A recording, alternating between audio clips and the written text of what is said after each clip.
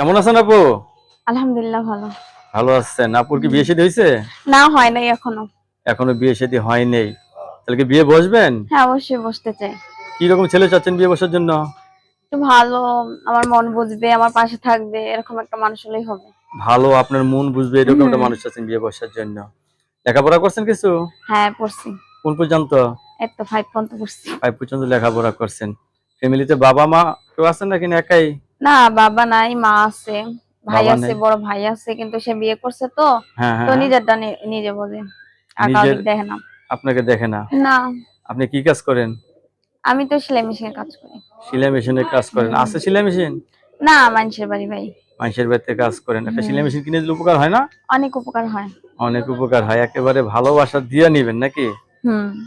দর্শক আপুর কথাগুলো শুনলেন। আপু অত্যন্ত সরল সোজা মানুষ। আপুর এখনই বিয়ে হয়নি। সে বিয়ে বসতে চাচ্ছে। ছেলে যে বয়সেরই হোক আপুর কোনো ধরনের সমস্যা হুম। নেই। ঠিক না? হ্যাঁ।